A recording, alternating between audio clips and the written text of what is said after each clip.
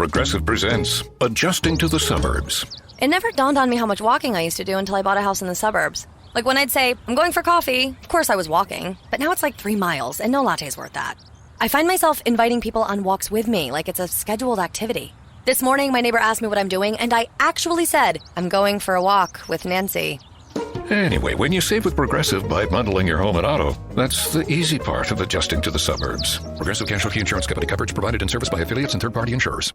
Thick briars, swamps, thorns, mosquitoes with 3 different triple E diseases, ticks with Lyme disease, large snakes, fisher cats.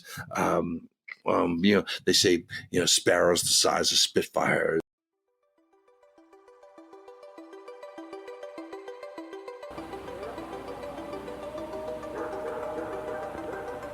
And it listened to me. It walked out of the thicket. It turned around and looked at me.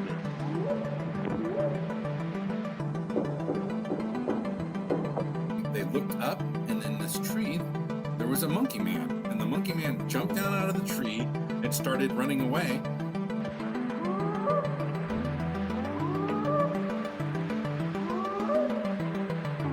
And suddenly, they're right in front of the car. He slams on the brakes and manages to stop, and he's skidding because it's like quite, gravelly. And for about a second and a half, they just stood there because they don't know where to go, and you tell them panicking. They're like really nothing, and their face is like twitching.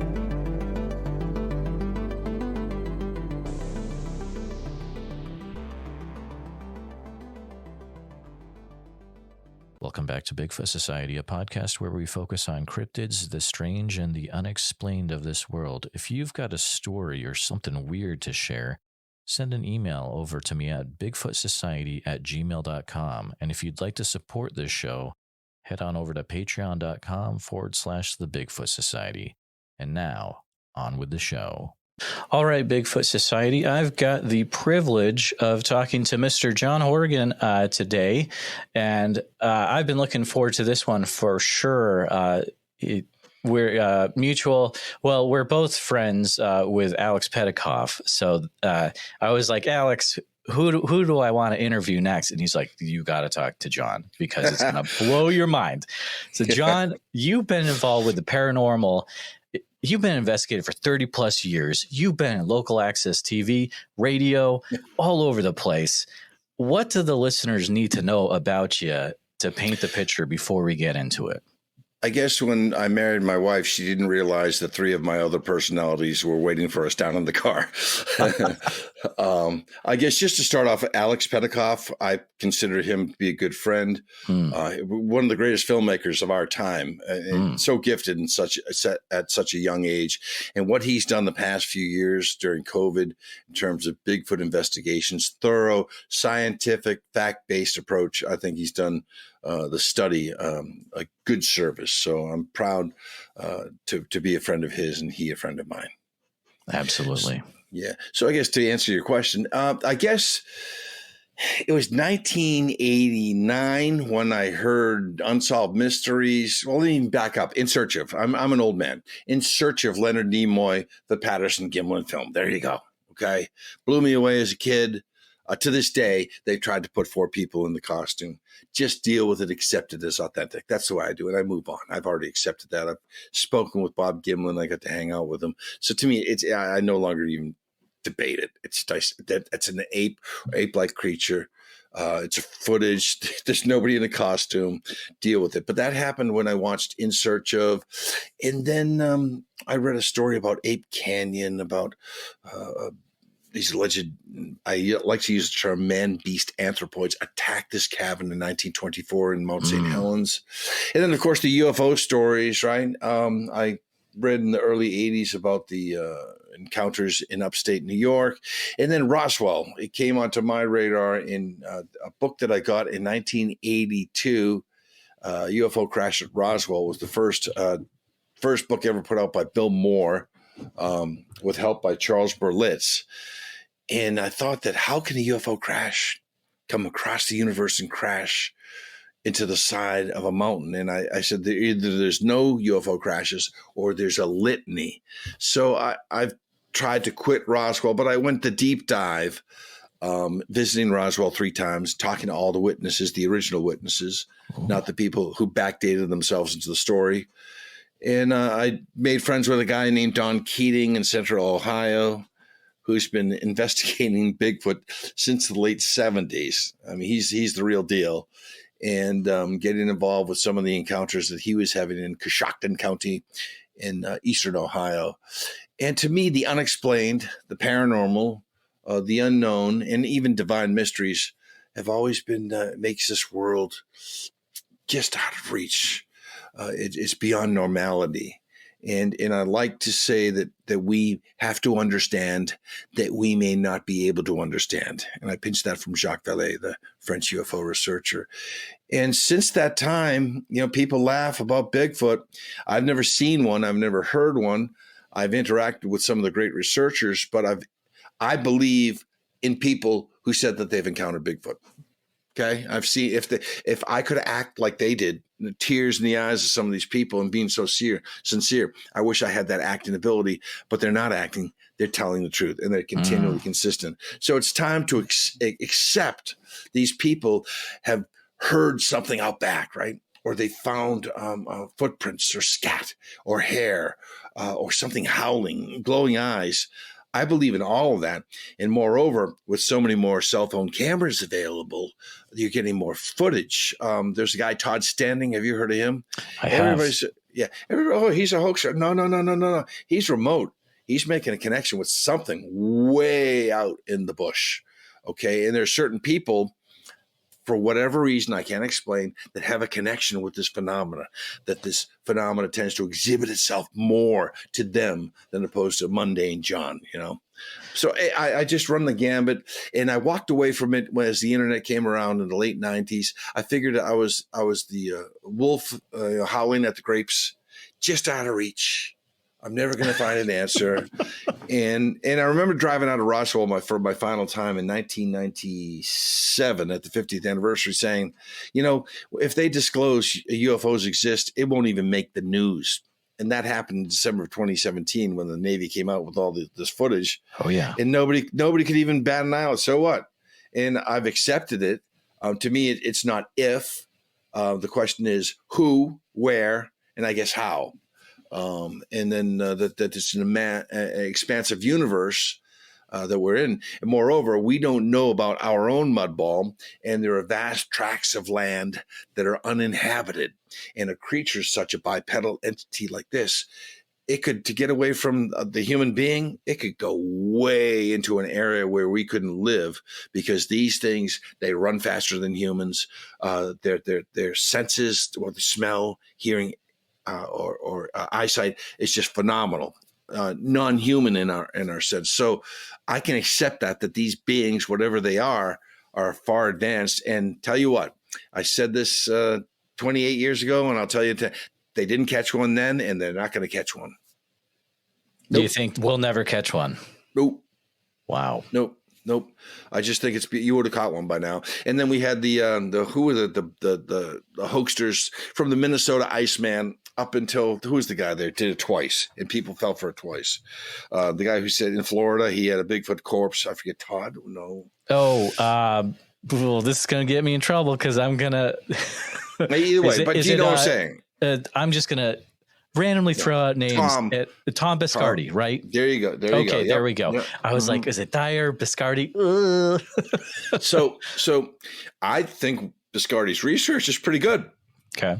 But I think that whole thing was a circus act. He might have been duped by somebody. But whenever I hear they found a body, I say 2 words. Yeah, right. I just don't think it. They'll find hair samples, close encounters, but it's too elusive. And that begs the question. I mean, I don't want to tick off the flesh and blooders, but after reading about Skinwalker Ranch, the book by Colm Kelleher in 2006, and seeing this hairy creature come out of a light portal. The portal, yes. And Stan Gordon, who's one of my heroes, Stan with the Westmoreland encounters of 1973 in Western Pennsylvania. Chestnut Ridge, yeah. Freaky, okay? And it's associated with strange lights. So I don't know how the phenomena is intertwined, but I believe Stan's research. He's a just the facts type of guy. I believe Alex's research, Don Keating's research, and all the great researchers that I got to meet, like Renee DeHinden, Grover Krantz, Peter Byrne, who I interviewed extensively, and John Green, who I got to stay at his house. And Green, I got to thumb through his card index. Really? And look at all of it. Yeah. So I was very blessed, but I believe in the phenomena. I'm not one who goes out in the woods. I'm a hotel guy. Okay. I need a CPAP, but I'll go camping. But when these deep hunters go deep into the woods, like Alex is a perfect example. He'll go into the interior, these remote areas to where there's a known history and listen and set up camp. And I think that he's again doing this science, and that's what it is. It is a science. That he's doing it a good service.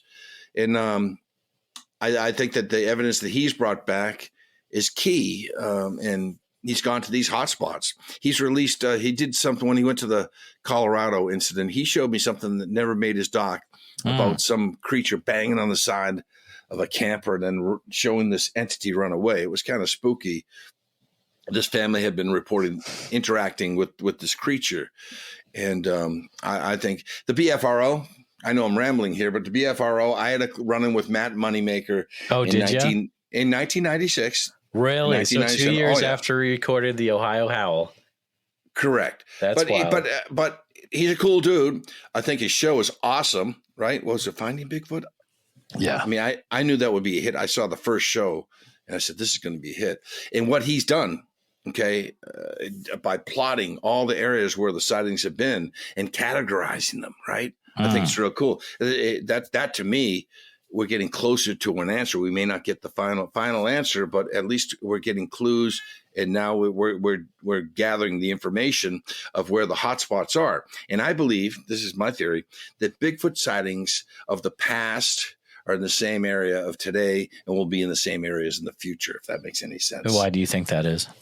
I just think that there's been a tradition of wild man. If you look at the newspaper clippings from the 19th century, I love old Bigfoot reports, like pre John Green, pre the term Bigfoot, right?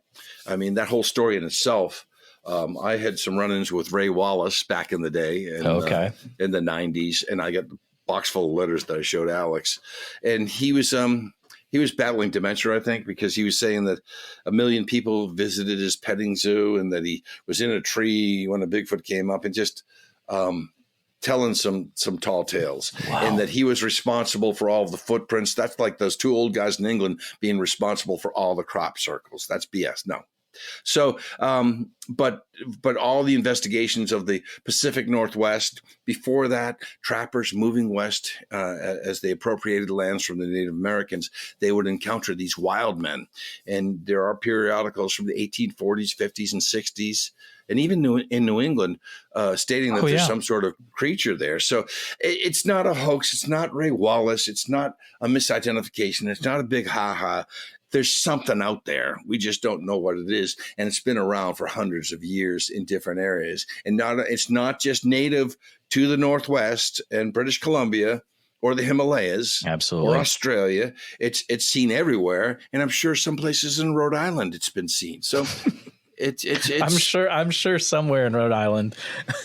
Definitely. And there are a lot of and Jeremiah, a lot of people don't want to come forward because they're scorn and ridicule. Oh, I know. You know? I mean, how about me, Catholic? I believe God, Jesus Christ, and I believe in Bigfoot. Sure. How about me? Have some feeling for me, and I believe in UFOs, all right?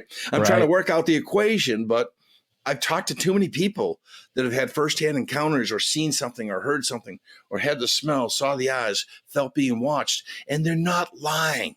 This happened to them. Quick story. I was at Don Keating's conference. I spoke there, 13 years ago.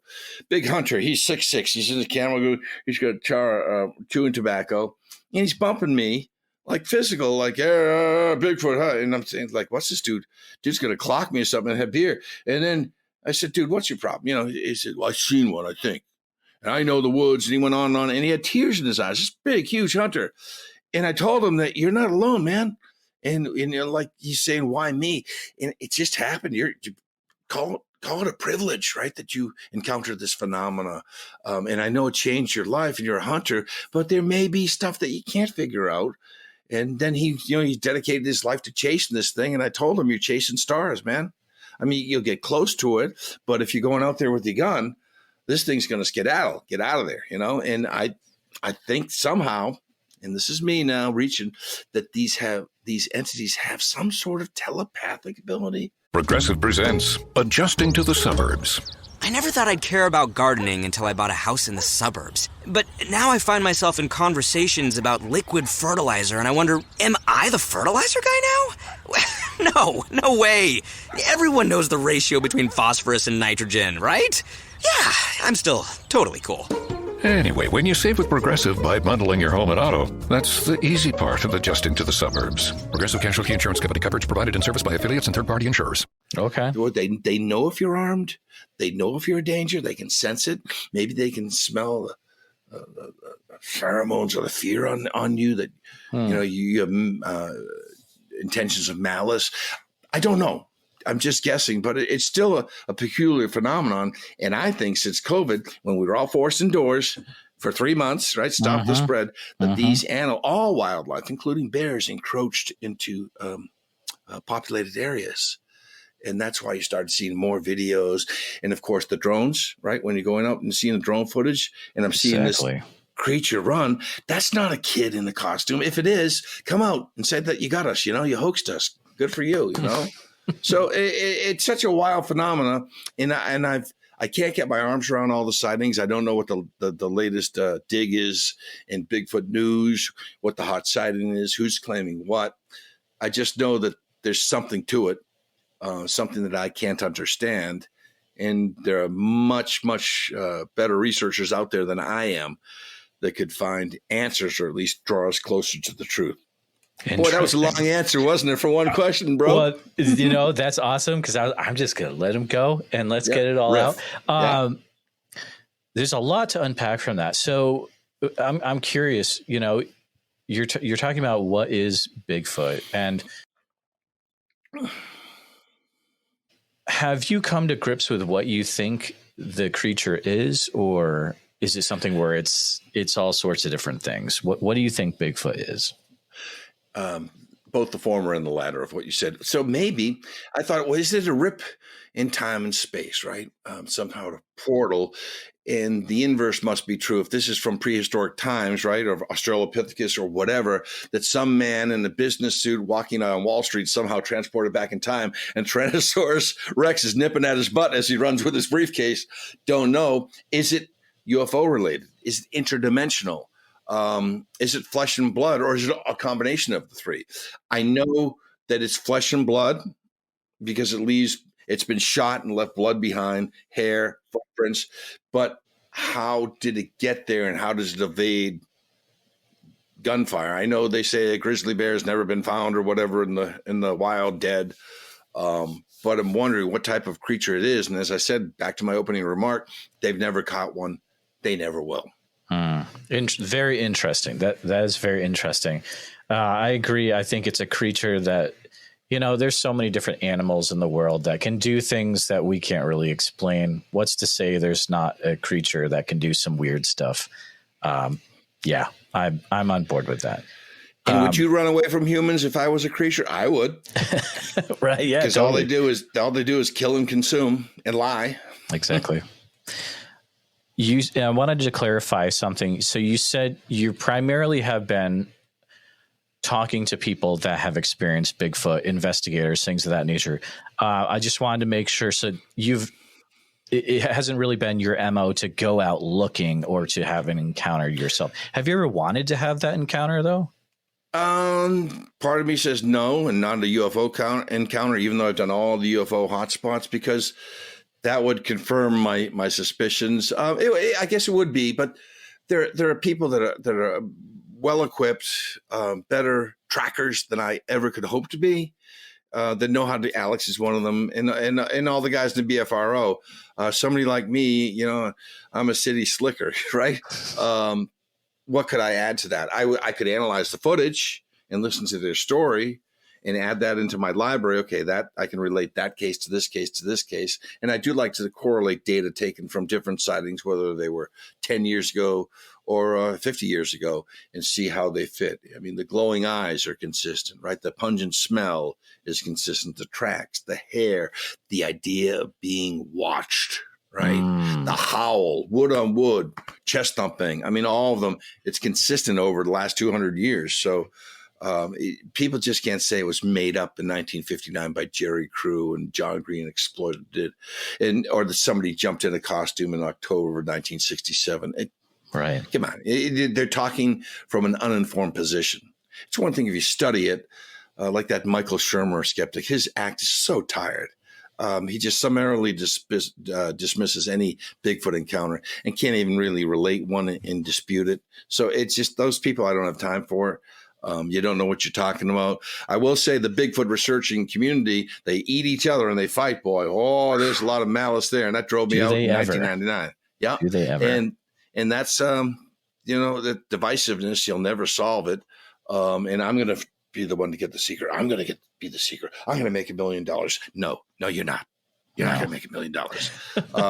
You can do a cool show and get huge views and hits because a lot of young males like this topic because they find it curious, just as I did back in when I was growing up and seeing the Patterson-Gimlin film. What is that? And then you go back and say, my word, there's been sightings in every state in the United States. Momo in Missouri, Eastern Ohio, Don saw a white Bigfoot and he filmed it inadvertently.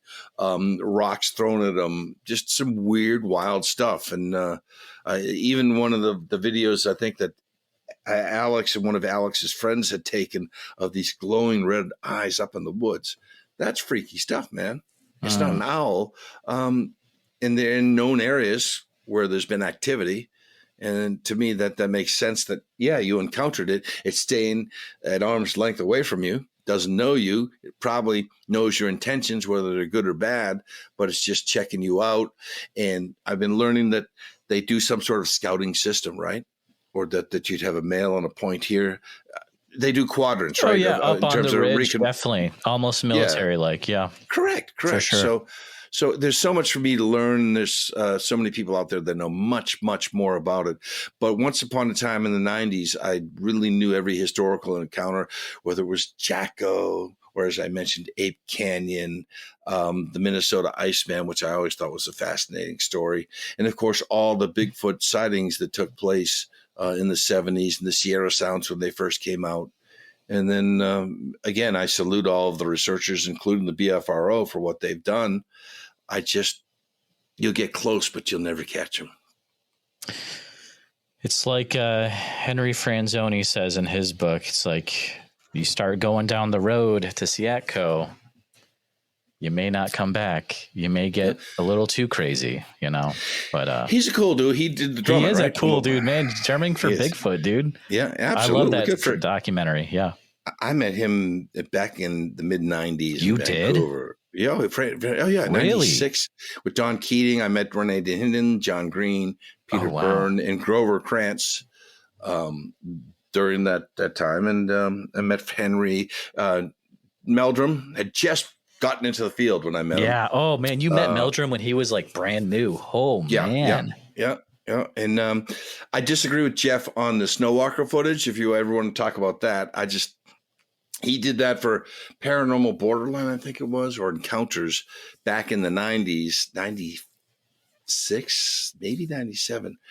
And he kept trying to get who created that footage. You know, the Snowwalker footage I'm talking about? Mm-hmm. It's taken in the mountains, and they look down there, and there's something waist high walking through the snow. It's not a dude in a costume.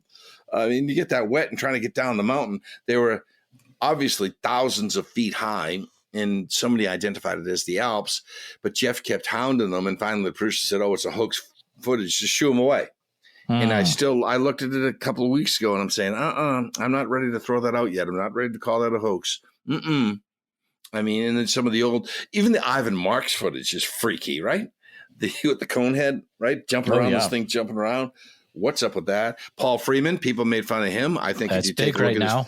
It's huge. If you take a look at his footage, to me, that's some really impressive footage. Back in 95 when that first came out, or even 94, I said, whoa, stop. There's something to be said about this footage. Again, in a known area with footprints. And then, of course, on the other side, you have hoaxers, right? We talked about, I don't know if it was Biscardi. There was another guy that got a Rick something. Rick Dyer. There you go. Yeah. Dyer, you know what? So there you go. So hoaxer, but who's worse, the pusher or the junkie, right? The dealer or the addict. He put out some BS there for you, and you ate it up, right? Oh, it's got to be. And I remember Lauren Coleman and I clashing back in the day. I read his book Mysterious America, by the way, in 1985. So I read first edition. But I remember clashing when that first came out in 2005, 2006. I'm not sure. Maybe earlier, 2004, saying, oh, look, they found a body. No. Time out. Penalty flag down. Review flag is down. The red flag. Let's look at this again and replay. That there's so many people that have claimed to have had a body, and they've come up with nothing. Not even a limb. Think about this, or a finger. I know that in Ohio, they found that lair, right? And that people were was that Moneymaker, or who was the guy? I forget the guy with the lair. It wasn't another guy from Ohio. But I said, before you scoff at it, this makes sense. They got to sleep somewhere, right? Well, true, right? They're mammals, so right. If they have a nest, yeah, I can buy into that for sure. So, but there's a lot of guys, and I've cracked 3 hoaxes in my life. Eric Beckard, God rest his soul, or if he's in the other place. Yeah, I had epic clashes with him throughout the 90s. Most people did, from what I hear. Oh yeah, he got the FBI after me. I mean, I really get the FBI. Oh what?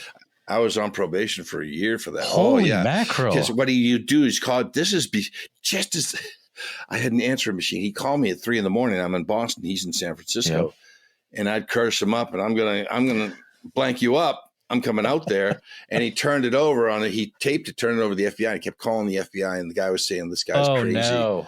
And so he says, yeah, I got to prosecute you because it's easier on my job. So I got to be a good lawyer, but it was just such a joke. And like I said, when he passed, I gaslit him. I said that he was still alive. He hoaxed his death. And I got people buying into that for a couple of months, that he was in England faking crop circles. Yeah, but he was a kook, absolute kook. And he hoaxed so many things.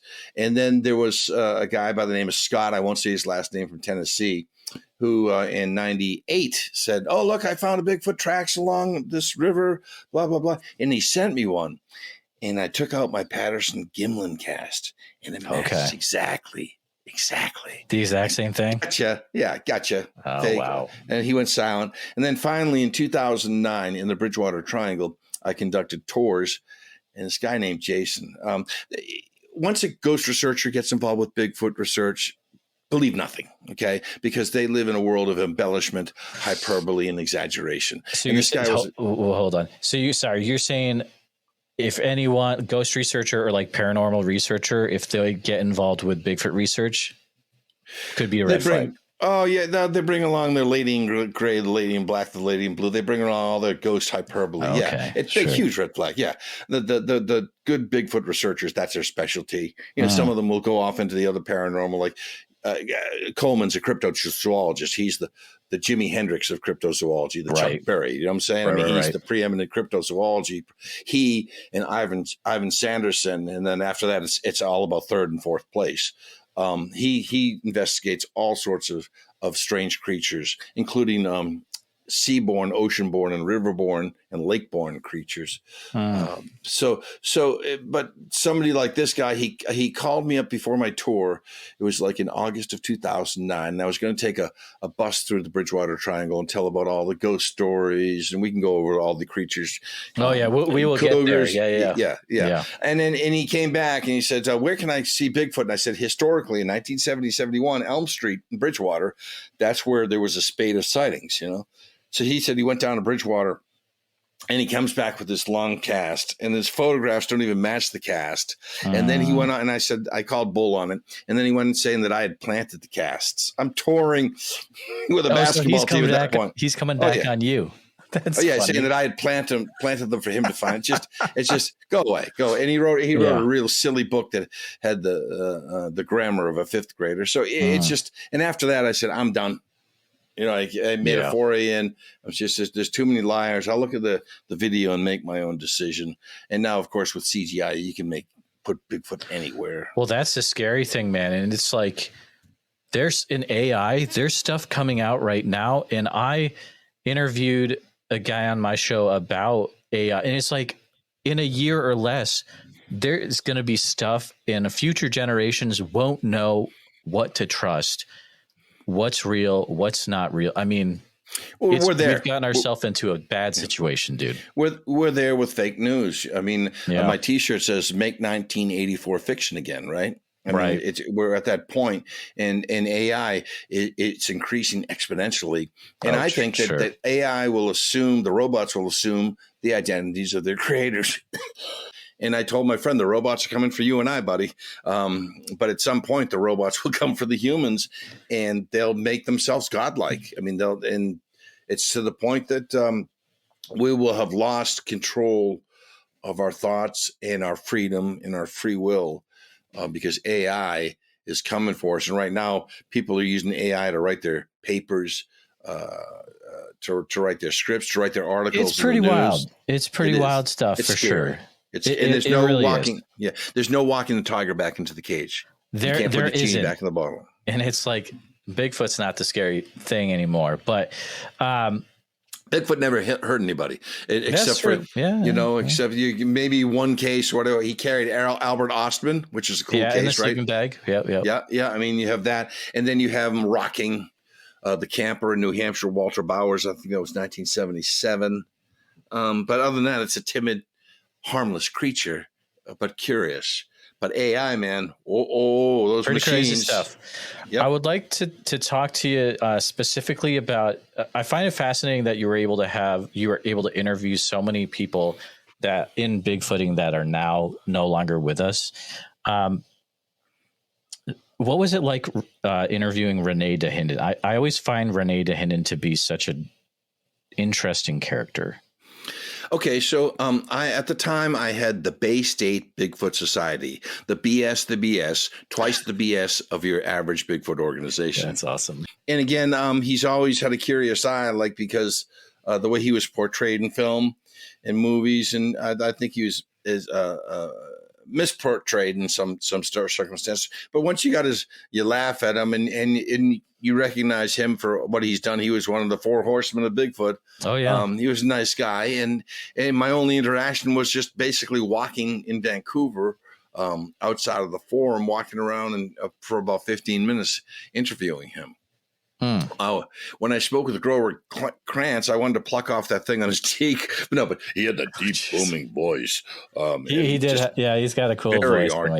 Very articulate, very intelligent man. Anthropologist. He was sold. And but the problem with Grover at the end was he was getting too involved in fighting other people, trying to bring anthropologists over to his side. Okay. Let it be. You're never going to, don't waste your time, just focus on what you know. And he worked on footprints. He could identify footprints and tell you the scale of the creature, what it weighed, how tall it was, etc. And he was very interested and articulate. And I saw him at the very end of his life. And then John Green, as I mentioned, I stayed in his house one night, and I'll tell you a story about that. And I got to go through his cards. Oh, that's so cool. Newspaper articles firsthand at Harrison Hot Springs in his home. Wow. I stayed with Chuck Story, Mark DeWorth, myself, and Don Keating. Mark DeWorth and I go back a long time too. Oh, okay. And then finally, I'll go back to Green in a second. And Peter Byrne. So Peter Byrne was friends with Ray Crow and Larry Lund. Larry Lund, to me, is one of the foremost experts on the Patterson-Gimlin film. What's the frame? 352? I forget. That's the one that people always call out is 352. Yeah, you're right. Okay. Yeah. And then who was the one that did the stabilization? M.K. Davies. M.K. Davis. Yeah. Okay. Not bad, dude. I still have it. You still got stuff down. Yeah. Yeah. So he and I thought it just stabilized it. And that to me said, okay, that's not a guy in a suit. But interviewing Peter Byrne I interviewed him for hours, and I have unreleased footage that's now probably 27 years old, coming up on 27 years old, that's never been released. Why? I just never got around to it. Well, what is it doing? What is it doing, John? Is it just hanging out? I was the last person to interview Betty Hill, and I sat on that for 10 years. And then I found another tape 10 years later. So it was the Betty Hill interview. It took me 20 years to get the whole thing out. But I do have that. Yep. I have interviews with Ray Crow, the Sasquatch Symposium. You have the Sasquatch Symposium? Yes, but here's the deal. Okay. I've moved 3 times. I had a house fire. Oh, sure. And Alex knows, and I packed these huge boxes. Yep, they're in there. And I gave Alex all my periodicals because he could put them to good use, all the historical stuff. It does no good sitting in my storage or in my basement. But I do have these tapes downstairs somewhere with all my sporting events and all my UFO tapes, all my trips to Kecksburg, Shag Harbor, Area 51, Gulf Breeze, Skunk Works, Roswell, San Luis Valley, looking at cattle mutilation. It's an archive that's never been transferred from VHS. It's on VHS, yeah. Yeah, too. So I have it. I mean, if there's a producer that sees this one day that you can recommend, I can send them the tapes and they can transfer it to digital and start cutting it, and we can do dialogue over it. But Peter Byrne, as you know, historic, he was one of the first ones to get paid. People thought that he was exploiting it, getting paid to search for Bigfoot. He got a grant, big deal. And he had in the 70s, a neat Jeep, in like the primordial detection equipment, and listening devices. Now, of course, the listening devices are very sophisticated. But then what was fascinating about Peter was his history with the abominable snowman, with the Yeti, and going to those expeditions and interacting, I guess, with the Pangboche hand and Jimmy Stewart smuggling that out. And for a time, I'm not going to mention it, but for a time, I think I know who had the Pangboche hand. You do? Yeah, but I'm not going to say the name. That's all right. I can't prove it. But I just, probably wise. This was that I made that accusation. We'll leave that there. 28, 29 years ago, maybe 30 years ago. But Peter talked about the Himalayas. And of course, was it Tenzing Norgay was the first to climb Everest, not Hillary. Let's get that. Okay, the Sherpa made it first, not Hillary. Yeah. But Hillary, he saw footprints, in his expeditions. Eric Shipton, Lord John Hunt, the Mallory. They all saw her. And they saw creatures up on the ridge, heard the howling, all these climbers. Now, of course, if you've seen that picture of Everest, where in May, it's like a line trying to get into Fenway Park for a Red Sox game or something. It's just, you've seen that, right? It's idiotic. All the trash on top is horrible. Oh, yeah. But just a line of people waiting. You got one guy taking too long a selfie. The guy at the end of the rope trying to get up is going to die, right? So that's true. But Peter Byrne had all these stories about different cases and going to the monastery in Tibet and hearing about different types of Yetis. I forget the term for the smaller Yeti. There was like a smaller one and a larger one. And he also told me about some Chinese encounters. I forget the mountain range in China, not the Himalayas, but it might be the Himalayas. And just the interaction that he had. So he was living, breathing history of the abominable snowman. Now, is he still alive? Do you know? Peter Byrne. Yes, he is. Mr. Byrne is still alive. I want to say he's around 96 years old, which is incredible. He's the last one. Well, good guy of the four. Yeah, I guess you could say, because Bob Gimlin is still alive as well. Yeah, very dignified, very classy. So that, and then sitting with Bob Gimlin at Don's conference again 12, 13 years ago for 4 hours. Wow. And he's always hey, if it was a guy in the costume, could be, but show me, because what I saw didn't look like a guy in the costume. But if you say so, prove it and tell me where it was. He was just matter of fact. Yep. Like he said, some days he wished it never happened to him. And then other days he's glad that it happened. But he's not telling a falsehood. He's telling what he saw. And he's always been consistent, for 55 years. That's what I hear. Yep. Yeah, exactly. And he's a good guy too. He's funny. That is wild. Oh man. You've got some cool stories. Let me talk about the John Green, if I could tell you that story. Oh yes. Thank you for reminding me of that. Yes, definitely talk about John Green for a bit. Probably my favorite Bigfoot story. So myself, Don Keating, Mark DeWorth, Chuck Story, are staying at John Green's house. It's about 2 a.m. We had driven out there up from Portland. Yeah. We had been staying with Ray Crow, Western Bigfoot Society. He used to publish a newsletter, which was very cool. A lot of knowledge. He was a folklore collector of Bigfoot, and Larry Lund. So we drove up and we met John Green in the Harrison Hot Springs at his house. And near his house is Harrison Lake. And in the middle of Harrison Lake, I used to know the name of the wildlife man there. But in the middle of Harrison Lake is this big island, uninhabited. There's a dock where you can pull your sailboat in or motorboat in. So this guy by the name of Mike McDonald, he was from Hamilton, Ontario, big, brawny guy. I think he got a tryout in the Canadian Football League, steel worker maybe. But he was out there reconnoitering Bigfoot. Just him in the bush, his camera, batteries. And at one point he had a tent out there. And the reason why he came to John Green's house at 2 a.m. is he was down to half a sleeve of saltines for food. And he wanted to bring his footage in, and he'd run out of batteries and all that. But essentially he was tracking a family. Smaller footprints of a Bigfoot, larger ones, female. He saw 3 distinct sets of tracks, finding, heaping piles of sausage, scat, hair, the smell, something's watching me, glowing eyes, the whole gambit. Okay. And I guess it's the night before he saw us, or 2 nights before. And he's in his tent, and it was almost a full moon. And he's lying down, and he had this feeling that someone's watching. And all of a sudden, boom, and his back was moving off the ground. Boom. Something with heavy footfall was around there, and he could hear the brush breaking. Boom, boom. Oh, wow. Boom. And he was scared. And the ironic part is, and this is my recollection, is he thought it was a bear. Here it is. He's hunting Bigfoot, and he thought it was, I don't know if it's a grizzly out there, or how'd the bear get out there, swim, or Kodiak, whatever. Either way, a big bear. And he said something eclipsed the moon in his tent. Wow. And it was an blank moment. And he said he reached into his pack, pulled out his bear spray, right? On 3, 1, 2, 3, unzipped the tent and sprayed it, but he maced himself. He thought the nozzle was going the wrong way. Oh, so no. He's in his underwear, going down the hill, and there was a sailboat that had docked for the night. A father, a mother, and a daughter, or something like that, just that would stay in there.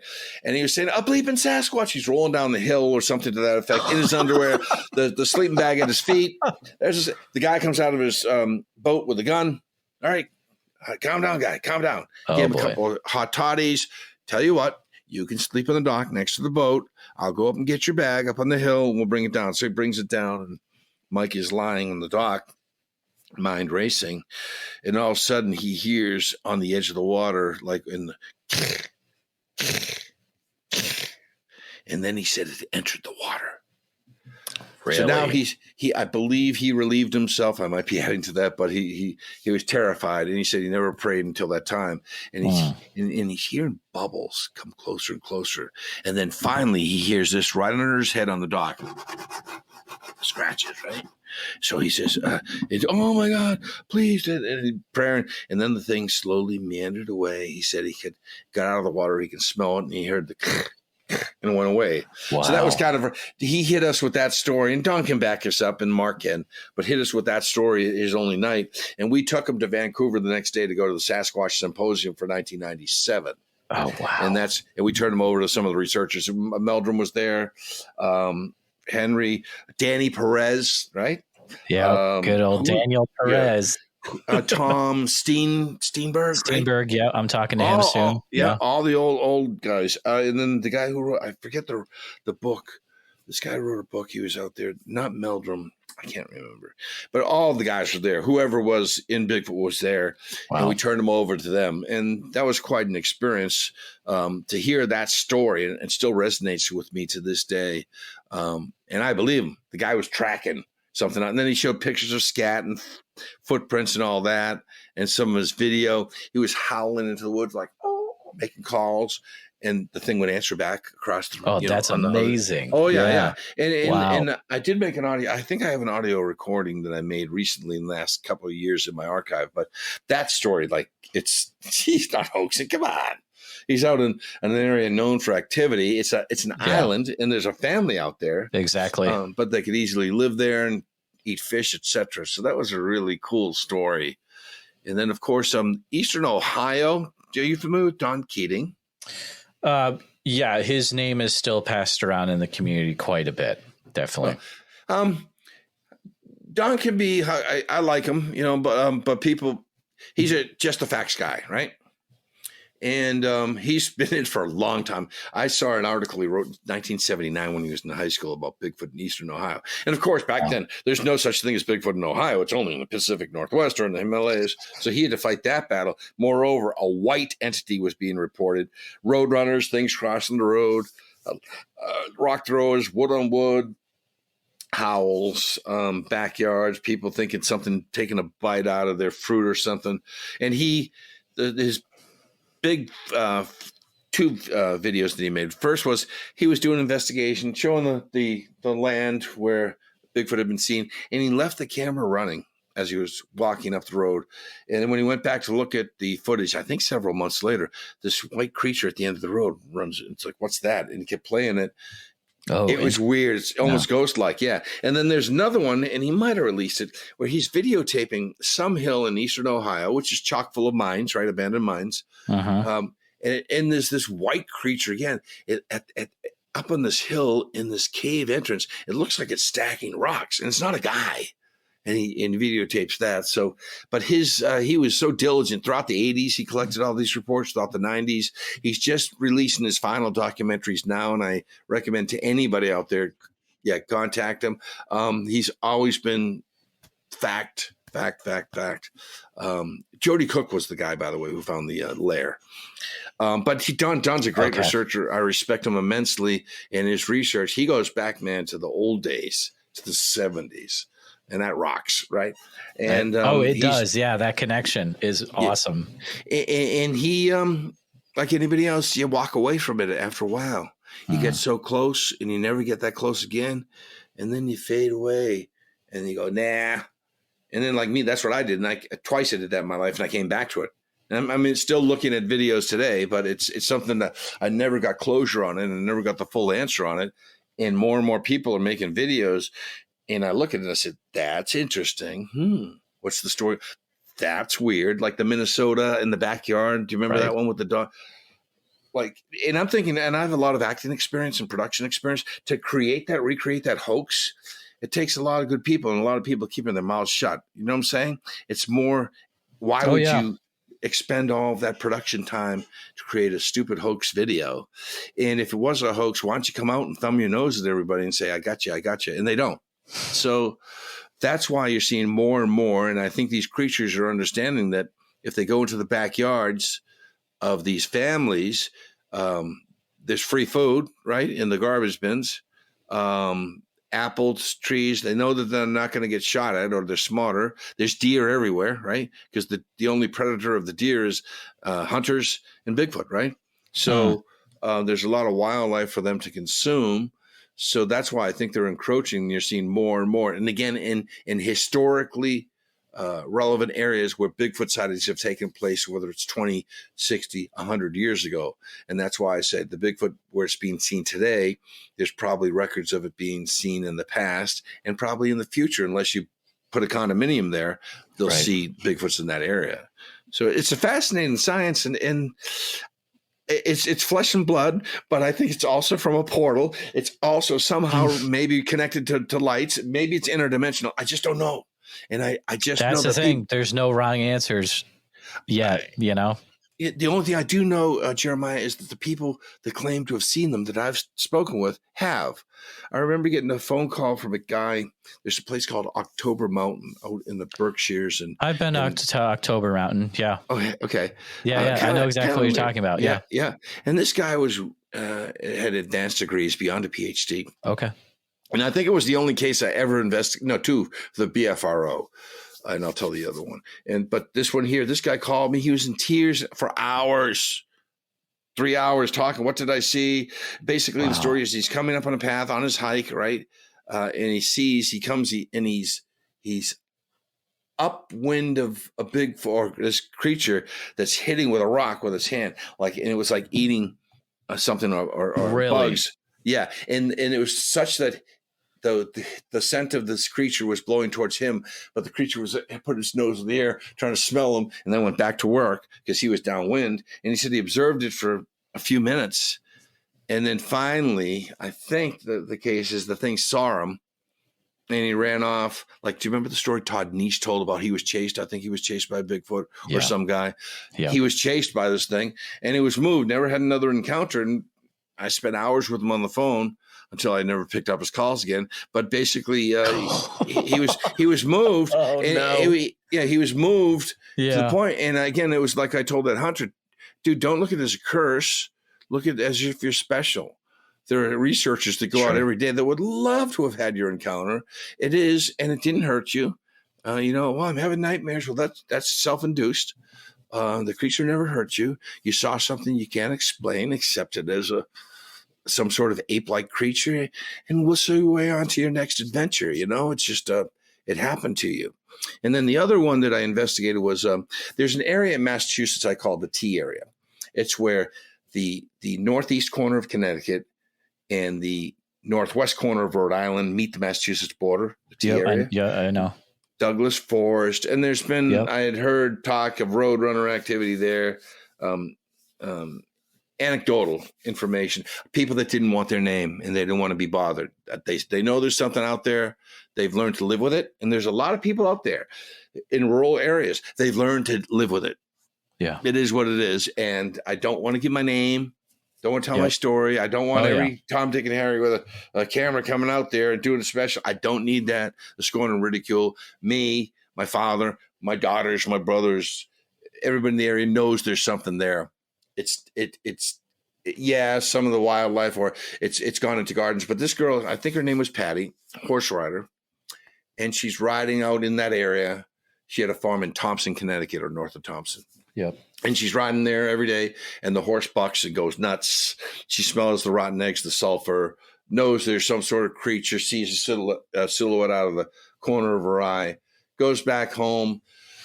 Things happen around her house, half-eaten pumpkins, something with an opposable thumb lifted the latch of her barn, got in and took some chickens. Really? Yep. Ripped some chicken wire, maybe left some hair samples on as it went back over the fence. I mean, that's the crux of the story, but there was activity there. Right.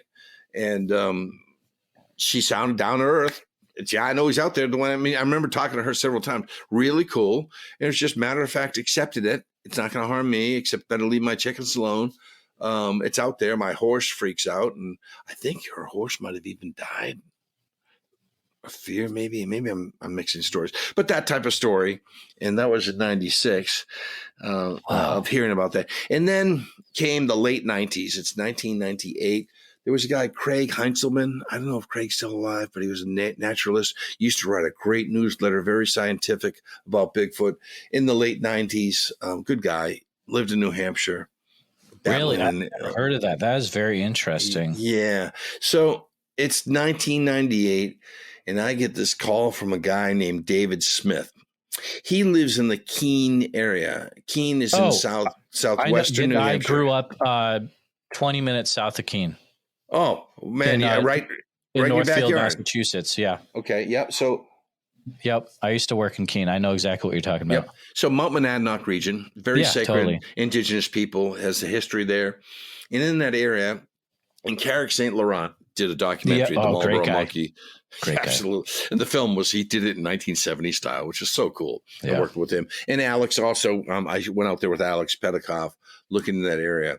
And I collected these, I guess I called them Class Ds. I think, correct me if I'm wrong, Class A side, and according to BFRO is you actually see that's like one. The face. Yep. B is evidence hair. C is here, I guess, maybe. But this was Class D. Okay. So in other words, he's telling me of stories that he heard. Right. So it's folklore, in my opinion, but they were cool nonetheless. And in the Marlboro area, there were people had reported some sort of, something out back, a creature, sub pond monster, serpentine anomaly in the pond. But in that area, it's had a history. And Alex and Carrick, they met some guy, I think, out in Alaska who used to live there and was having Bigfoot encounter out there. And he's also having a Bigfoot encounter here. That's why I think this stuff, that just certain people are magnets. Yeah. So Carrick did that on the Marlboro monkey, and that story, and if you can see it, anybody out there, Carrick St. Laurent, K-A-R-A-C, St. Laurent, S-T, period, L-A-U-R-E-N-T. Good guy. He's actually, I think he's studying anthropology, which is good, at Keene State, maybe. But he put this doc together, and I think he's one of the bright and upcoming stars of Bigfoot research. No doubt. 100%. Yeah, I agree with you very on that. articulate, Yeah. knows, and he and Alex and they've gone out on adventures out in the woods. But he wanted to do something called the Marlboro monkey. I called this, that David Smith told me the story. Essentially, the couple lived on the edge of a quarry in Marlboro, and they'd been hearing loud noises. They assumed kids were having a kegger up in the woods. And one night at sunset, the woman saw this orange-colored thing that looked like an orangutan as it was playing hide and seek, ducking down and looking over and ducking down again. And he found that intriguing and started to collect all stories that I had collected from David Smith, but others that he and Alex had collected. And then there were even more BFRO stories. So just to do about the tradition of Bigfoot, not just in southwestern New Hampshire, the Keene area, but throughout the whole state, litany. And in one of my favorite story that David Smith told me, I called it the taxi grabber. And it goes something like this. And it was in the area, I forget the time, Spofford maybe. David was I know Spofford. Yeah, I think it was. I get wow. It's all my diaries. You can find them online. But the story goes like this: that he was driving a cab. He was being dispatcher that night, and Betty Joe was driving a cab. She dropped off a fare and got lost on a logging road. You know, some of the logging roads. And she went up this thing. So she did a 3-point turn, and as she turned around, boom, right into a furry torso. Her red tail lights and her white reverse lights lit up this hairy torso. And she said something tried to grab at a roof rack, and she drove away. And David Smith was dispatcher, said maybe he saw one of those squashes or whatever they are. But anyways, the roof rack was, I called the roof rack was bent back slightly. Okay. And that was kind of like the Bridgewater one, and we can dovetail into that. But I thought all those stories emanating out of New Hampshire, this has gone on, dude, for many over 100 years, 120 years in New Hampshire. The Walter Bowers story, I think he saw something grubbing for roots. The Camper Shaker, which was in, I forget the town, I should know this, should have been prepared, where they're at a flea market and something allegedly shakes the camper. I believe I've heard about this from Alex. I forget the name of the town. I should know this. But anyways, that made the papers in the 70s. So there was a flurry of activity in 1976, 77 in that area of this flea market. But I absolutely believe that, that to this day, there's people that don't want to talk about it. Oh, 100%. And I don't blame them. Why would you? You know, like they're dealing with it, right? This is my grandfather had talked about this. My father, the neighbor down the road did. We're dealing with it. It's harmless. It's creepy, but it's not going to hurt us. It might take our vegetables, kill a deer, cat goes missing. It could be a coyote though. So they've learned to deal with it. They're not going to get it out of their territory. They cohabitate with whatever this thing is. Exactly. So that was the New Hampshire cases, and I found them fascinating. And when I hiked up Mount Monadnock last year, I think Alex has climbed every mountain. I climb hills. I wouldn't be surprised. Definitely. Oh, yeah. But I did. That was kind of spiritual. I could just feel with all the Native American tribes that were there in that area. But there's in New England, there's all sorts of cases. I mean, we can spin to Bridgewater in a second, but I think just in close to New Hampshire, there's still active cases going on, whether it's way up north in Pittsfield. One last New Hampshire story. Way up north in Pittsfield, snowmobiles, right? It's like one of the best snowmobile tracks. Pittsburgh? Pittsburgh. Yeah, because Pittsfield's in the Berkshires. I've been to Pittsfield. You'll see more moose than people up there in Colebrook, in Kangamangas Highway and all that stuff. Oh my goodness. It's wild up there. Yeah. And I think there was someone who's told me a tick disease was killing off the moose. Have you heard about that? Oh, really? Oh yeah, the population has been devastated by some sort of sickness, and it makes them more dumber than they already are. But it's 1995 maybe. I'm touring with a comedy basketball team called the Harlem Rockets. I toured. They're basically junior Globetrotters, 7 players and me, and we drive across the country in a van. And awesome. I have a book in my head, and I also have to go to psychotherapy for that. But either way, we were in Pittsburgh, New Hampshire. We were playing way at the top of New Hampshire. Oh, yeah. And after the game, one guy's talking, and somehow we got around to Bigfoot. Because I used to ask, any Bigfoot stories around here? Like when I did it up in Yale, British Columbia, and people pulling me aside. Oh, yeah. Yeah. When we played hockey up there and on Vancouver Island, too, there was people coming telling me, yeah. Wow. So either way, the guy says basically the story is something like this. He and his wife are out snowmobiling at night, drinking, lights on. He pins it and guns it on the straightaway, and she's behind slower. And I think she doesn't follow him up, so she stops. So he doubles back, and she said, "You won't believe what just happened. Something ran across in front of me. It looked like a gorilla, and my snowmobile died." Wow. And he said he saw footprints. He had heard from other people later that they had seen something there. So to think that in the Pittsburgh area, snowmobilers or this woman's machine went dead and she saw something traverse the road, I thought was kind of wild. But everywhere in New England, even Connecticut, as I said, Rhode Island has had some cases, although somebody came forward about 10 years ago with a Rhode Island sighting, a ghost researcher. I don't believe it. Sorry. Don't believe it. Anything you just go look for your ghosts, but just let the cryptozoologists do their thing. Just really, they got to fence it out. And the UFO people do their thing. But in there's Maine, of course, there's a litany of sightings. Tons in Maine. Yeah. Vermont, the Colebrook, that Vermont has some stuff, I think, going back to 1877. Really? Right? I haven't really looked into Vermont yet, but yeah. A book called Bigfoot on the East Coast by Eric Berry, rare copy, one of my favorite books. He documents Bigfoot in New England going back to the 19th century. Yeah. I have a question for you before we get into Bridgewater Triangle stuff. I'm just making a quick note to myself. Okay.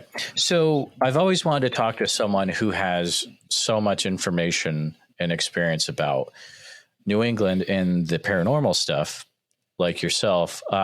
So I grew up in Franklin County in Massachusetts, but I wasn't into the weird stuff back then. Well, as a young kid, yes, I was. I would watch stuff with my dad, but then I wasn't old enough I could do anything, if you get what I mean.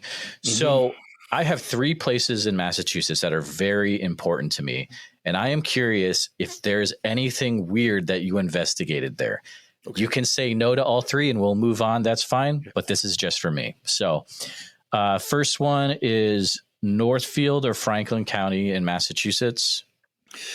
There's a history of Bigfoot sightings there. I can't. Is October Mountain in that county? That would be October Mountain is going to be more in the Berkshires. Okay. It's going to be more far out west. So no, and the Hoosac Tunnel is way up in the northwest. What do you know about the Hoosac Tunnel? Because my father used to bring me there all the time because I had a relative who was involved with building it. And my dad's grandfather was the caretaker of a big dam up there. So it's very, what do you know about the Hoosac Tunnel? Yeah. So we did a segment on my TV show called The Folklorist. And I want all that hardware there. Where'd it get me? There you go. All the Emmys. Yeah. But my wife wants me to put it into the attic because it's an IKEA shelf. 7 years and it'll fall apart and kill the cats. So, But for self-esteem, I'll look back and you're okay, I guess. Yeah. You did well. Anyways, you can look on YouTube under The Folklorist, FOLK. LORIST. And we did a segment on the Hoosac Tunnel. Essentially, it took decades to build. Right. It took dozens of lives. There was explosions within there. A man was accused of killing somebody else within the tunnel. Oh, wow. And it has a litany of ghost sightings or phantom trains, phantom track walkers, right, with a lantern. And they said, I remember my crew going up there saying it was kind of spooky, and an echo, a wind comes through, and it sounds like somebody's speaking with you. So it's crazy, kind of freaky, dude. Yeah. And there's corpses there, and I believe in ghosts. I just don't believe in ghost researchers. Yeah. Oh, yeah. Wow. Yeah. I believe in ghosts. I don't believe in ghost researchers. Just like I believe in UFOs, and I don't believe in UFO researchers. I guess say that for Bigfoot too, but no, they're all right. They're more down to earth, and they don't snub your nose. They're willing to engage in conversation. UFologists I know everything. Don't even make eye contact with me. And then ghost researchers, like I said, it's just exaggeration. But there are stories, and my crew heard that in a history. It's one of the most haunted tunnels. It was an important tunnel to break through to western New England. And there's a lot of ghost tales there. But other than that, I just remember Franklin County, there are a history of Bigfoot sightings there. What's the next one? Great Barrington in the Berkshires. I don't know if you're familiar with that town. Okay. Yeah. It's funny because I'm a historian. Okay. At heart. No, I'm considered a leading authority on New England history, but I've forgotten so much of it. But You've forgotten more than most people will know, probably. Yeah, but Great Barrington was the site of a fight of Shays' Rebellion. Oh, and sure. Right there is the Appalachian Trail. Yeah, a lot of history there. Yeah.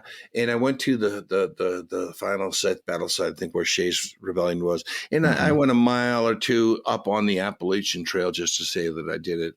And at that time, I think there was a murder somewhere in the area. So I kind of all right, I wasn't packing. So, but that area historically, and it's in the lower southwestern corner of Massachusetts, right? Bordering New York, right? Yeah. So I haven't heard of any Bigfoot stories. I mean, there's something in the back of my mind, Jeremiah, that there was an encounter there, but I know it's historically significant, and there's a lot of history in the town.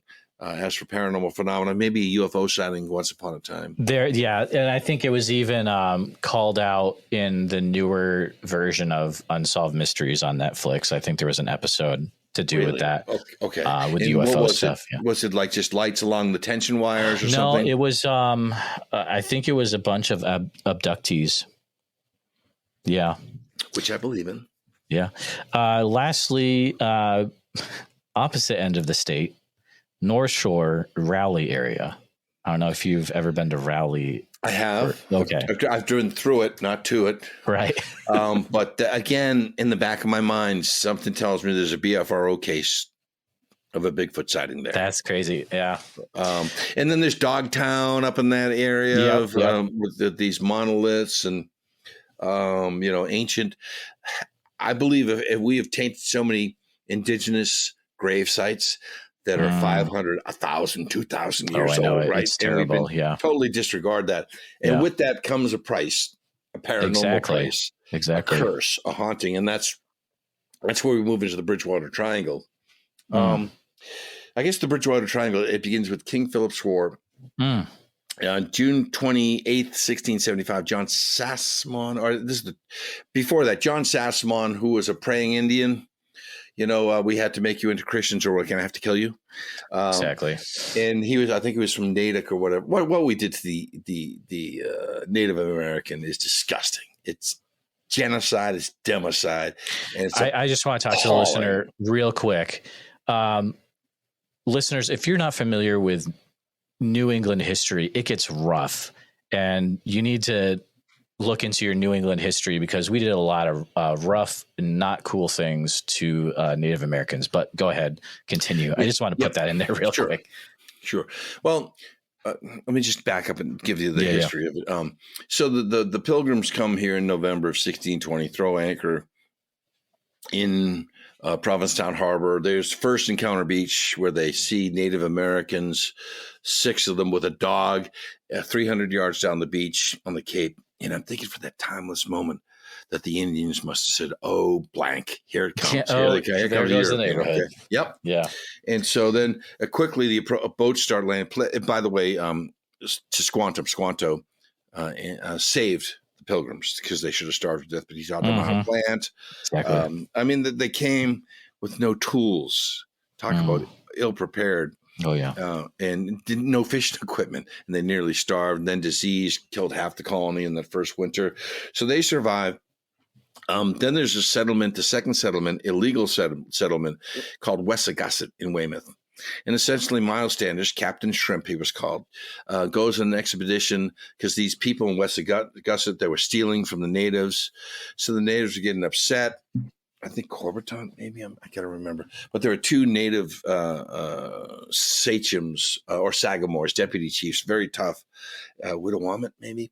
Anyways, Miles Standish lures them into a cabin with the scent of bacon because pork, the only indigenous animal that was here was the llama and the turkey. The Europeans brought over chickens, swine, cattle, goats, sheep, and missing one. Horses. Anyway, so the Native Americans had never smelled bacon before. They go nuts over it. Wow. So I didn't know that. That's awesome. Oh, yeah. And Standish cooks up the bacon, invites them in for a meal, and he cuts their heads off and kills two of them. Well, in my investigations, they cut the heads off. There was a house up on the hill in Weymouth, and she was having ghost encounters. And I never told this to ghost researchers.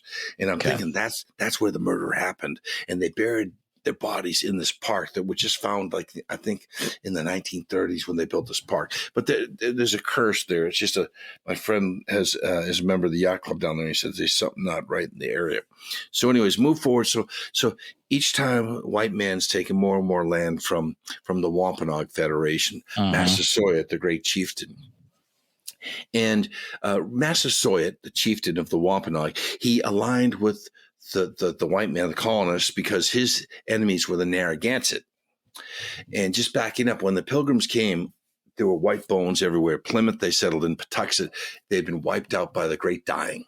And the Great Dying was brought by European diseases. Europeans had lived with animals for thousands of years. The Narragansett saw this, and they actually socially distanced 400 years ago to get away. Yeah. So Massasoit lost all his Indian braves. So he sided with the colonists with these fire sticks. Anyways, it was a lasting peace. Edward Winslow from Plymouth and Massasoit were friends, best of friends. And Winslow was credited with saving Massasoit's life. Massasoit dies. Edward Winslow dies. Edward Winslow's son, Josiah. And then he's now in charge of Massachusetts colony. Massasoit's sons are King Alexander and King Philip. Those are the English names given to them. Anyways, you have to surrender all your weapons to the colonists, sign all these peace treaties, sign away your land. They kept taking, the colonists did, from the Native Americans. Well, eventually Josiah Winslow invites King Alexander to his house in Marshfield and poisons him, or at least that's my theory, because Alexander dies on what is now modern day Route 3A, dies in a walk back to his village. Okay. So it leaves Philip in charge. King Philip, give us your weapons, surrender, give us your land. So the war breaks out. John Sassamon, who I started the story with, he's a praying Indian. He's found dead in a frozen pond. They make up a story that 3 Native Americans killed him because his neck was broken, and it starts a war. And Alexander and King Philip says, we got to fight them or they're going to take everything. So he bands up the local tribes there, and it explodes in the early summer of 1675. Per capita, the most horrific war ever fought in terms of losses on the colonist side and the Native Americans. A bloody battle, cutting heads off, scalping, putting them on pikes. And then the natives were using hay, fire wagons as a siege weapon, right? They'd roll them into houses, but they devastated dozens of towns throughout Massachusetts and Connecticut. So it finally ends in 1676 after a year of fighting, and the colonists took everything, imprisoned the natives, sent them to islands to die and starve in Boston Harbor, treated them literally like animals. And in that region where some of the battles were fought, in a place called Nemasket, which is modern day Taunton, Massachusetts. Sure. There's a swamp there called the Honkamock Swamp. It's called the beating heart of what would become the Bridgewater Triangle. We stopped there. Lauren Coleman in the 70s, before he wrote Mysterious America, which to me is the seminal book of cryptozoology. If you haven't read it, you're not a cryptozoologist. But he basically, interviewing, he called it the Bridgewater Triangle. It's apex in Abington, Mass. It's lower southwestern quadrant in Seekonk, and in the right is towards Freetown State Forest. Right. And within that, a land of curses, and in the 60s, 70s, and 80s, weird encounters, even arguably up into the 90s. So, but within the Hockomock Swamp was a Native American burial ground, and there was another lake called Lake Nipponicket. Again, all these Native American names, and that they desecrated Native American burial grounds, sometimes intentionally, sometimes unintentionally. But if you dig up a graveyard and you just chuck the bones around, I mean, you're dealing with a higher authority, man. In my opinion, yeah, not a good idea to do that. No. There are curses, and respect the dead. So that, and the curse was made, I think, with the place where evil spirits dwell is what Hockomock means, or something to that effect. And that's the Beating Heart. It's a couple thousand acres within the Bridgewater Triangle. And in that you have thick briars, swamps, thorns, mosquitoes with 3 different triple E diseases, ticks with Lyme disease, large snakes, fisher cats, they say, sparrows the size of Spitfires, but just a lot of uninhabited wilderness that you can't penetrate. And there's a lot of animals that exist there. Spiders, water moccasin snakes. They said that there's huge snakes the size of stovepipes there. But within that area, like in Abington in 1976, a huge black dog was seen by the residents of Abington. Philip Kane, and now this story's been challenged, but the original story is Philip Kane, I believe, a firefighter, had 2 ponies and apparently came out in the backyard and saw this huge black dog with glowing red eyes ripping the throat out of his ponies. Now that's been disputed, saying that it was exaggerated and embellished or whatever. That more or less set off the black dog encounter. Now, black dogs traditionally have been a portent of evil in Victorian literature. The Hound of the Baskervilles, Sir Arthur Conan Doyle, Sherlock Holmes, for instance. So the whole town of Abington is in an uproar, and I think it ends with a police officer, I forget his name. Residents are hysterical for months, and it's in the newspapers. We were seeing this black dog, it was in our backyard, this and that. And of course, you can have hysteria. There was an air raid, Pearl Harbor air raid, the day after Pearl Harbor in Boston. People don't know about it in New York. Okay. So people hysterical. Man. And then after 9/11, people thought, so exactly. So I think it ends with an Abington police officer cornering this thing on the railroad tracks and firing several rounds point blank range. And the story says, according to Lauren, is the thing looked over its shoulder and ambled off into folklore, into history, never to be seen again. So that's the top of the Bridgewater Triangle. Down to the southeastern side of the triangle, there's a place called the Freetown State Forest. And within there have been murders, satanic offerings and rituals, strange carvings, Dighton Rock, which they think is maybe the Corte de Real brothers in that area. Again, atrocities committed in the King Philip's War of 1675, 1676. And there's also a place called Copacut Road, where apparently there's a phantom trucker. And Alex went down that road. It's kind of a creepy road. And my theory is in the Copacut Road is that they say that a truck will come up behind you, have headlights blaring, banging the horn, and then you pull off to the side and it's gone. And my theory is it's an Uber Eats driver trying to get his delivery done. So anyway, yeah. And then there's also a place called a Sonnet Ledge, where unfortunately kids have drowned or committed suicide jumping off a ledge into a quarry. Stolen cars gone there. A lady in white has been seen on the ledge, and this is where the legend of Pukwudgies begins. Oh yeah, I was going to ask you about that. Yeah. I'm not a Pukwudgie guy. Sorry. I was just curious, if you were, you're not, it's fine. In fact, I saw something recently written by Christopher Balzano, who brought that to the world's attention in one of his books, seminal books. He's a very good writer.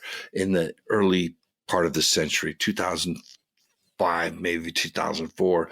And he's kind of walking it back like he's never been ridiculed and people bombarding him and attacking him. And he wishes he never mentioned Pukwudgies, but they're supposedly small looking trolls look like Native Americans with a spear, and they come out. And the guy who was in the Bridgewater Triangle film that I narrated, produced by Aaron Cadju, Bill something, who had said that he had seen something come into the half light. Have you heard of the story? I don't think I've heard this one. No. So basically, he's walking his dog in his area in Bridgewater, Mass, and in the half light of 2 street lights, right, comes in a creature, and it's saying weird language like, "Come with me. Come on, we want you. We want you. Wow. Come with us." And he said, "I'm not going with you." And then the thing moves away. Never saw it again. I do question that story. That's just me, skeptical. There's something that just doesn't jive with me for that. But I'm not bought into the Pukwudgie story. All right. That's just who I am. I know that the guys have done a lot of research, I think. And then at one point in the Bridgewater Triangle, Jeremiah, there were paranormal groups with snappy acronyms, like TAPS. And I used to have right. Yeah, totally. Yeah. I used to have the Fortean Anomaly Research Team. FART, and like any paranormal organization, it just wafted off into the wind and went away. But I believe that some paranormal groups were actually hearing each other, because it was all the rage during ghost hunting in the mid 2000s. Exactly. Yeah.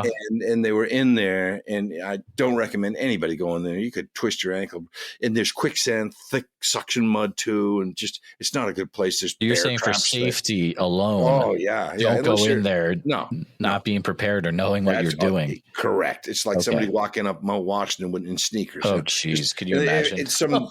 Yeah, exactly. There are some seasoned Bigfoot researchers that know how to deal with the terrain. Right. That's good for them. They're prepared. They know what to do. They can camp anywhere. So in that area, the Sonnet Ledge, there's Profile Rock.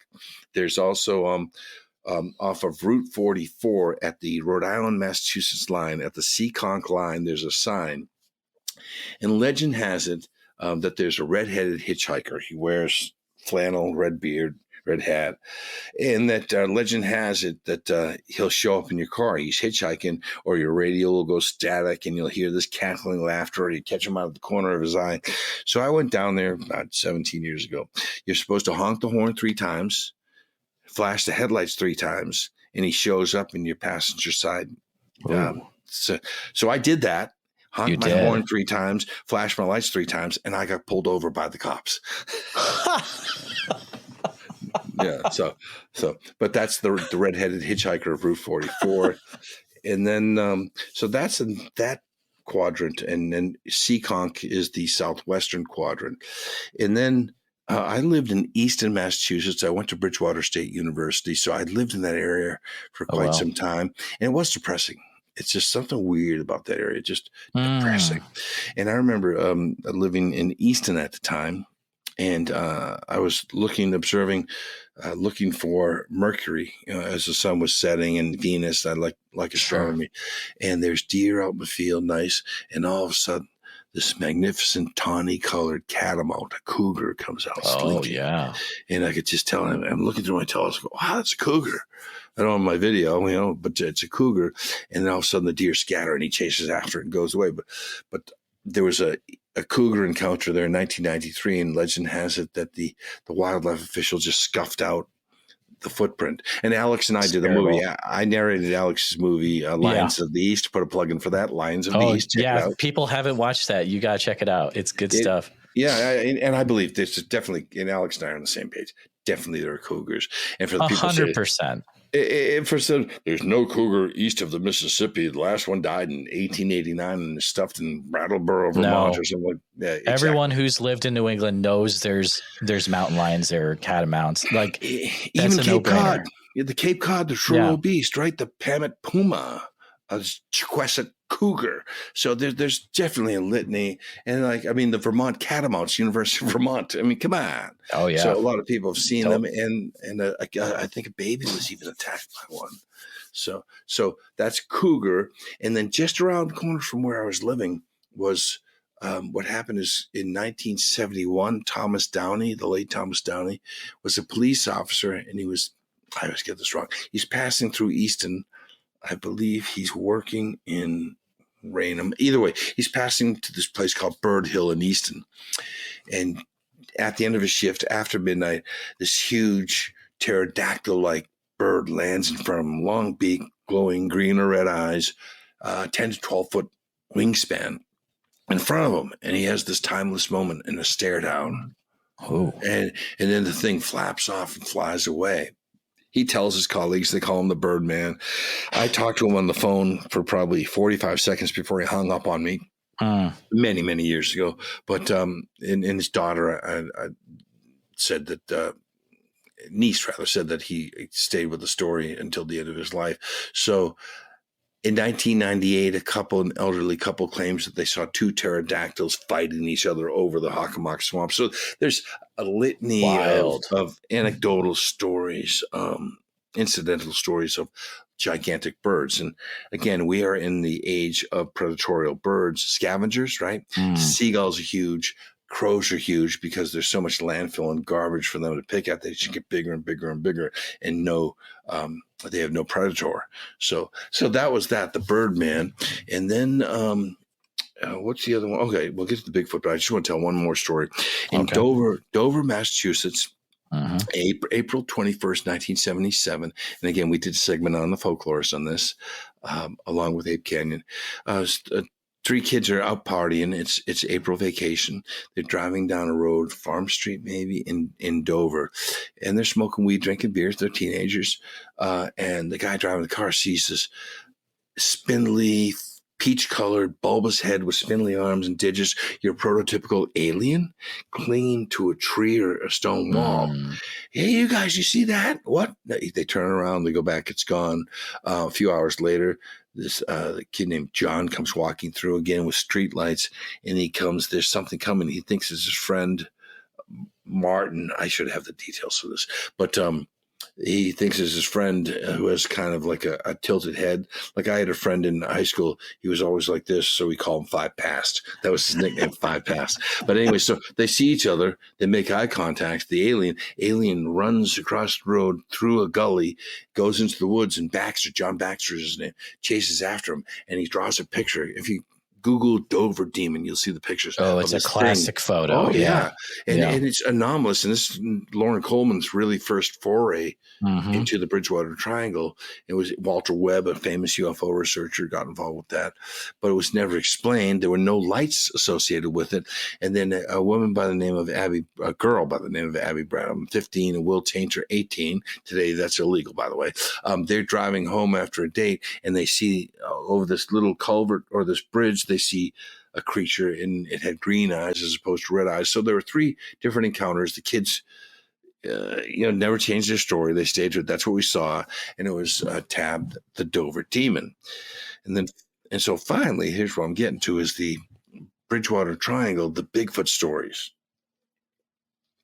It begins in I went to Bridgewater State University before. It was Bridgewater State College when I went, and before that, it was known as the Teachers College. So there was a female dormitory, I forget the name of it, all females, in early December, maybe December 5th, 1969, where this kicks off, where girls said there was a prowler out in the woods looking up into the dormitory, but it was an ape. It was a gorilla. Wow. Please come and check it out. I don't think they find footprints. So you go through the winter, and into the spring, it's April, and now there's a hysteria, not only in Bridgewater proper, but West Bridgewater and East Bridgewater. People, I found footprints, something bit my pumpkin or my gorge, or knocked down my fence. So the police say, okay, enough. They put on a patrol, and this guy's sitting doing solo watch in his cruiser, one of those Adam 12 cruisers. You probably don't even know what Adam 12 is, do you? Okay. And he's got this old, they had the turning blue light on top. Oh, yeah. Classic, and he had the spotlight. So the story is that people had seen some creature running around, and he's sitting, probably on watch, just sitting back, right, on watch, and something begins to shake his bumper.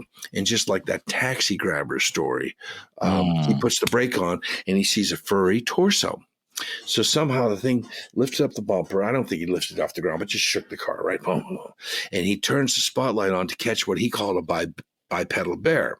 Yogi, running around there. And that was a story, and that essentially caps off, or that's the height of the Bigfoot hysteria of 1969 through 1970 in 71. And then in 1998, John Baker is laying trap lines from muskrats. Yum. But he's in the Town River or the Hockomock River. And I kayaked that. And let me tell you, man, that was weird. And my GPS went out. My compass was having weird stuff happening to you when you were kayaking. And when I went in the Town River, I put in near a golf course, and I pushed through the reeds and pulled, and I lost a sneaker because you go in the suction mud.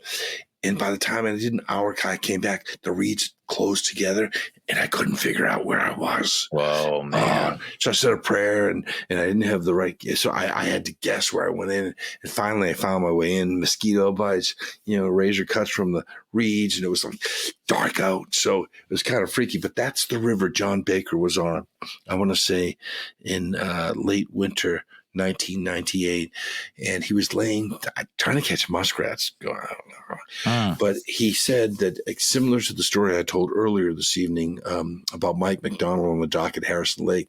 Oh, sure. He feels he's being watched, and he can hear, and he hears footfall of broken ice, thin broken ice. And he says this creature, whatever it was, he could smell it. Barely make out a silhouette, but something was pacing him. And again, it was the only encounter. He swore that he had seen that. So I tried to retrace his steps, and I had been in a kayak where I don't think anybody's ever been in a kayak, or not since him, just because there's nowhere to put in. But that was a freaky experience, and I took all the video of the area, and that basically caps off the Bigfoot stories in Bridgewater Triangle. Now, I've argued that the Bridgewater Triangle is dormant. Okay, there's too many people going in there. And whatever these creatures are, they've retreated to the interior of the swamp where you'll never get to them. There's tension wires there. And I'll tell you, don't go in the fall, because there's this path with high tension wires, and a lot of paranormal activity stays within the tension wires. But if you go in, I remember walking in several years ago, and I look up in the tree, and there's hunters sitting in a tree there. It's like, oh my God, I'm getting out of here. Hunters up in the tree. Yeah. Look at the deer. I don't know. Yeah. Enough of the Bridgewater Triangle. Yeah, I'm out. Yeah. But it's a story now where people, it's overblown. I think there's even a crappy TV series on about it. But it was Lauren Coleman who brought that to the public's attention. I've recorded a CD. As I said, I narrated a documentary that's on YouTube about it. I did a tour there. I've done many, many speeches about it. And I just think, and there's even a Lake Nipponicket. That's another one you put in. That's a weird lake too. You go out. And I got lost in that. Somehow my GPS didn't work, because I like to track my routes. I have this geo tracker, but it went weird, and I had it was like a spiral, and that was weird. And I finally got back. It's like east is west, west is east. But allegedly a phantom fire has been seen there, phantom campfire. Oh wow! People have reported a serpentine anomaly. And then there's finally, I'll tell you this last story, Anawan Rock, and this ties into the King Philip's War. Anawan, who took over from King Philip, who was captured and beheaded, is cornered at this rock off Route 44 called Anawan Rock. Okay. People have reported hearing Native American tongue there, smelling smoke and hearing a hoot and hoot. One guy said an arrow went whizzing by. I said, whoever. No, there's so much exaggeration going on there. But it's a sacred Native American site. This is where they captured Anawan. And there's a lot. So just with that and the old graveyards. Oh, there's a haunted schoolhouse, Hornbein School, where allegedly this one-room schoolhouse where somebody looked in the window one day and they saw this ghost of a teacher, and children wearing 18th century garb. If you go there now, the residents will call the cops on you and everything. So, but there's just so much there, and it's all in Lauren Coleman's book, and you can find it online. Cristobal Balzano is a good author, and Chris Pittman. Have you heard of him? His investigations. He's the godfather of the Hockomock Swamp. But and then Aaron's film. That'll teach you about the Bridgewater Triangle. I think, dude, I put some of these in the show notes for sure. Yeah. Dude, I think I'm up over 100 pictures. I mean, that's what I got. I think if you want to ask me anything else, we haven't talked on other paranormal phenomena, but I've been lucky and blessed, and I'm curious, and I'm willing to believe everything and then discount it. I've become less of a skeptic and to look at it from 10 different ways. And I like to say, if you believe, I probably don't. If you don't believe, I probably do. I have one more story to ask for you because I'm curious. I found it in your resume, and I was like, I'm really curious about that, and we'll end with that. So we will get one UFO thing in here. Mm-hmm. The question in your resume was, you had some prompts, which was really interesting. Have you been to Area 51? I'm curious what the answer to that is. So, okay, let me back up. First of all, my father passed away age 93 this September. No, it's okay. No, he squeezed it to the right. He visited all 7 continents. He was worked with the Defense Intelligence Agency, Central Intelligence Agency, NASA. He was an electrical engineer, aeronautical engineer, worked with the Navy and the Air Force. And he used to go out, and he worked with NATO. He used to go out to Colorado Springs, right? And he was caught in 2 button-ups in Colorado Springs, the Strategic Air Command, the command bunker, which is supposedly nuclear proof. And unfortunately, we may be finding that out very shortly. Anyways, but button up is when there's a simulated attack. There's a couple of instances where we thought we were being attacked, and he was locked in the mountain. But he used to go out to Las Vegas. And in red hot, he'd go out to Las Vegas. Of course, he's talking about Nellis, right? Yeah. Test complex. And he'd be there for red hat games. I'll spill some secrets now. So, what they captured. Is this going to get us taken out, John? Dude, they can, honestly. He was Talon Keyhole, okay? All that Google satellite imagery, he was doing that back in the 70s and 80s, and he told me one day it would be released in public. And then he told me their satellites were so good that I could walk outside with you and they say, John, you're wearing a cap today and you got a green T-shirt on and you're wearing blue shoes. Wow. That's how good the detail was. But now we know with Google satellite, so you can only imagine what the recce birds, the reconnaissance satellites have there now, right? Right. And there's geostationary and geosynchronous. I forget which one it is. But the story was he was at Area 51. Okay.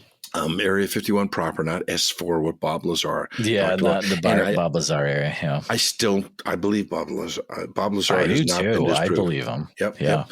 I have in George Knapp and the Jeremy Corbell. Yeah, he's done some great stuff. Yeah.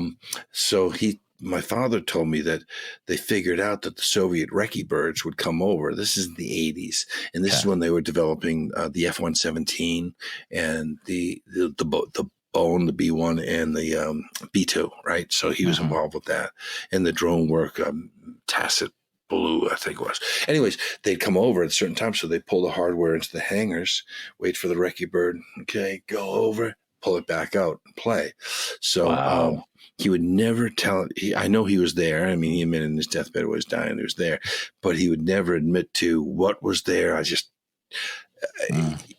is in the 80s, and in the 90s it exploded. Bob Lazar in 1989. But what has come out of Area 51? Here we are, 2023. Aside from drones. So the theory is they moved all the space hardware to Hill Air Force Base Dugway Proving Grounds in Utah. And I went out there, and that's another story. So he was there. Awesome. He was there. And when I was there with 3 of my colleagues, we drove in at the time in 1994. We went to Whitesides in Freedom Ridge, which at that time was not in Area 51, but now it is claimed by the government. So I can say that I was in Area 51. Do you follow? I was in an area that was later seized. But our story is you don't harass camo dudes. And when I see camo dudes getting up on the grill of people, you deserve what happens to you. So we went up to the line. And we had beers at the Little Alien, okay? Yeah, right. And you have to do what you got to do if you have a few beers, right? So we're going there buzzed, stupid. And we get to we had gone the night before to Freedom Ridge and Whitesides at dawn.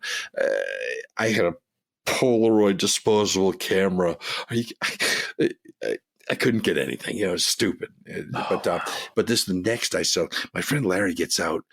And he urinates on the deadly force sign. No way.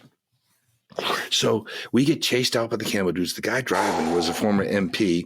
And as we get out, Mailbox Road is called. He breaks an axle and we're scraping, but the camel dudes gave up, just get GTFO, right? Yeah. He breaks, and we had to go back because we broke an axle back to Las Vegas. It took like 4 hours going 15 miles an hour. And that's my Area 51 story. And then I made a video and I put U2's 1993 song "End of the World" as the soundtrack to it. But that was my only time in those videos that have been shown there. You've seen some of them that came out in the 90s of the ducking craft. There was something there. And if in UFO crashes, as I said, either there's no UFO crashes or there's a multiple. I thought that UFOs couldn't crash. But if they're crashed, right, that debris recovered, the craft is recovered. If there are entities in it, they're cadavers. And if they're cadavers, they'd videotape the autopsy. If they're alive ones that live, that they would take them captive. And where would they take the hardware? If you look at Roswell, it went to right field at that time in Akron, Ohio. Yeah. Akron. No, it's Dayton, Ohio. And that whole Roswell tale, I believe in the debris field. I think I found the debris field in 1995 when I went out there with a couple of archaeologists. Really? And I had material for the longest time that I had scooped and brought home, and I lost it in the fire. Or maybe it's buried in one of my boxes, but I don't want anything to do with it. Was it weather balloon material or? See, that's the whole thing. The whole story, except for the chrome, it speaks to a weather balloon. It does. And, But the debris was real, and Mac Brazel's story was real.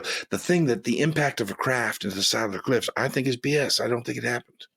Okay, and I don't think there's cadavers and all the people that backdated them into the stories in the 90s that proved out to be liars. I don't want to go down a litany. Even Glenn Dennis, the mortician, his story has so many holes. Right. Drawing with the nurse and everything. So there's just everybody wanted their 2 minutes on TV. But there are so many liars that came out of that. What's the guy? James. He said he was in the back of his pickup truck and he saw it crash in Boy Scout Mountain. And he had two dueling UFO museums in Roswell. One laid claim to this area, one bought the land this area, and they were both conducting $25 tours. You know what I'm saying? So I walked away from Roswell and quit it. And but just closing in Area 51. So I guess I have been in Area 51. That's I haven't awesome. been back. And I just wonder what's going on out there, if there is anything going on out there right now, because there is an active base. There's no denying it. But what goes on out there aside from drone testing, because everybody loves drones now, right? That's the thing. Even the Bigfoot community loves their drones. John, this is, man, what an amazing conversation. I mean, Bigfoot to Area 51. Thank you so much for coming on. This has been fantastic. Thanks for putting up with me, because I was just hey, that's what I like. Is that, sometimes, well, I like to ask my guests, is there anything that you want to plug or are you just kind of hanging out, and if people know where you are, it's kind of like, don't text me, don't call me, don't email me. Right. They're better researchers. And if you have a case, and every once in a while somebody tries to, I saw this. Yeah, right. Go talk to somebody else. There are many, many researchers you can reach out to. Don't reach out to me. Sure. But if there's any other podcasters out there, I can bip for you guys too. But thank you so much, Jeremiah. It's been a slice. I really appreciate it. Awesome. Thank you so much for coming on. Okay, great. Thank you for listening to Bigfoot Society. If you like the show, please review and rate it 5 stars on iTunes. Hit the share button and send this episode to all your friends on social media. Subscribe to Bigfoot Society wherever you listen to podcasts. It doesn't cost a thing. Pick up a Bigfoot Society shirt or enamel pin over on our Etsy page, and people will tell you all about their Bigfoot sightings when you wear it. At least that's what people tell us. That's what happens. If you'd like to become an official member of Bigfoot Society with a membership card, a community of like-minded individuals, and extra content each month, then please consider becoming a supporter of the podcast by going to www.patreon.com/The Bigfoot Society. Thanks for listening. When it's time for an adventure on the open highway, one quick call to American Family Insurance gets you headed in the right direction. Our Travel Peace of Mind package is there if you encounter a bump in the road. From roadside assistance to rental car coverage, we have you covered. Find a local agent or get a quote at amfam.com. American Family Insurance. American Family Mutual Insurance Company, SI, and its operating companies, 6000 American Parkway, Madison, Wisconsin.